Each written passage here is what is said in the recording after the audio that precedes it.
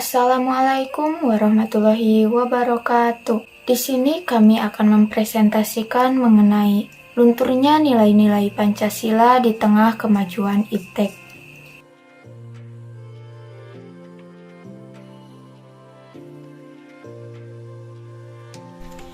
Pancasila berasal dari bahasa Sanskerta yang terdiri dari dua kata, yaitu panca yang artinya 5 dan sila yang artinya dasar, asas atau prinsip. Jadi, Pancasila berarti 5 dasar atau 5 asas atau prinsip. Kelima dasar tersebut telah menjadi rumusan dan pedoman kehidupan bangsa dan bernegara bagi seluruh rakyat Indonesia. Pancasila dijadikan sebagai dasar negara Indonesia berdasarkan pernyataan dalam pembukaan Undang-Undang Dasar 1945, alinea keempat bahwa Negara Republik Indonesia yang berkedaulatan rakyat dengan berdasarkan kepada ketuhanan yang Maha Esa, kemanusiaan yang adil dan beradab, persatuan Indonesia, kerakyatan yang dipimpin oleh hikmat kebijaksanaan dalam permusyawaratan atau perwakilan, serta dengan mewujudkan suatu keadilan sosial bagi seluruh rakyat Indonesia. Pancasila yang merupakan dasar negara Indonesia menjadi dasar pedoman dalam segala pelaksanaan dan penyelenggaraan pemerintahan negara Indonesia, termasuk peraturan perundang-undangan. Pancasila merupakan cerminan bangsa Indonesia dalam kehidupan bermasyarakat, berbangsa, dan bernegara. Nilai-nilai Pancasila yang terkandung di dalam Pancasila menjadi tolak ukur bagi bangsa Indonesia dalam penyelenggaraan bernegara. Pancasila dianggap sebagai sesuatu yang sakral yang setiap warganya harus hafal dan mematuhi segala isi dalam Pancasila tersebut. Di dalam Pancasila terkandung banyak nilai, di mana dari keseluruhan nilai tersebut terkandung di dalam 5 garis besar dalam kehidupan berbangsa dan bernegara. Indonesia dikenal dengan berbagai macam suku, budaya, ras, dan agama yang berbeda-beda. Warga negara Indonesia juga dikenal dengan sikap yang sopan dan ramah. Meskipun berbeda-beda keyakinan, tetapi mereka tetap satu jua, menjaga dan terus mempertahankan keutuhan Negara Kesatuan Republik Indonesia. Dengan seiring perubahan zaman disertai dengan perkembangan iptek atau ilmu pengetahuan teknologi, adanya perkembangan tersebut mendorong masuknya arus globalisasi yang sangat pesat. Hal ini tentunya mengakibatkan dampak perubahan yang besar bagi negara.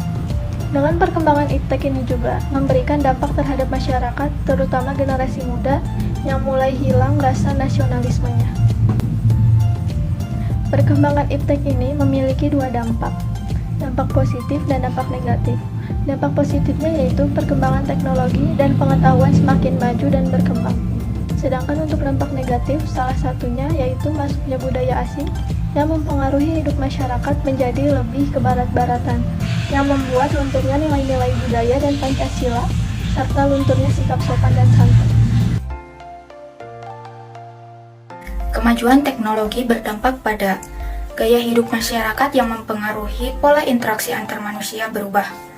Dengan adanya media sosial, generasi milenial bermunculan. Sehari-harinya mereka menggunakan ponsel pintar untuk mencari informasi. Ponsel pintar juga menjadi alat untuk mendukung aktivitas, hobi, dan juga bisnis. Penggunaan internet pada generasi milenial menciptakan gaya baru dalam berkomunikasi. Mereka lebih mengenal budaya luar seperti K-pop dan meniru budayanya, dan serta fashionnya pun mereka ikuti. Kecanduan bermain handphone juga membuat mereka senang bermain TikTok, nonton drama Korea, dan lain sebagainya. Kemajuan teknologi yang semakin deras membuat nilai-nilai Pancasila perlahan semakin menipis di kalangan anak muda. Banyak dari generasi sekarang lebih dekat dengan seseorang di dunia maya yang sosoknya tidak jelas dan keberadaannya pun diragukan. Berkurangnya rasa cinta dan bangga terhadap tanah air dan Pancasila, menguatnya gaya hidup hedonisme, ketegangan sosial yang semakin lebar, serta sikap dan perilaku yang acuh terhadap ideologi Pancasila merupakan bukti bahwa nilai-nilai Pancasila sudah tidak terdengar lagi gaungannya di kalangan anak muda. Peran yang diperlukan dalam mengatasi masalah perkembangan iptek. Peran yang pertama adalah peran keluarga. Keluarga memiliki peran yang penting dalam membentuk karakter anak, karena di dalam keluarga anak mendapatkan pendidikan untuk yang pertama kalinya. Keluarga juga berperan dalam mengawasi dan membentuk watak anak. Untuk membentuk sikap nasionalisme terhadap anak, maka perlu diberikan pendidikan atau pemahaman terhadap rasa nasionalisme dan patriotisme terhadap bangsa. Contohnya seperti membiasakan anak untuk menggunakan produk-produk dalam negeri sejak dini. Yang kedua adalah peran pendidikan.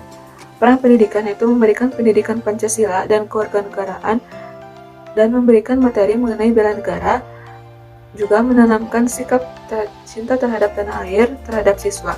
Contohnya seperti membiasakan upacara bendera setiap hari Senin, juga hari-hari besar nasional lainnya.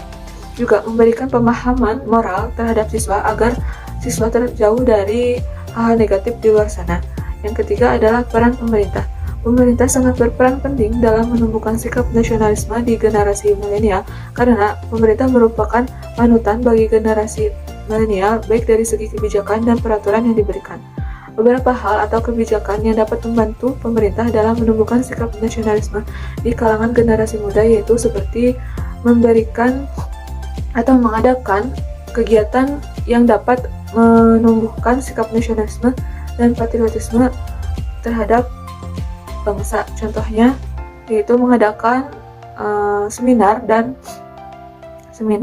pameran kebudayaan. Juga pemerintah harus menghargai dan mendengarkan aspirasi generasi muda agar Indonesia yang lebih baik lagi ke depannya. Sekian dari kelompok kami. Wassalamualaikum warahmatullahi wabarakatuh.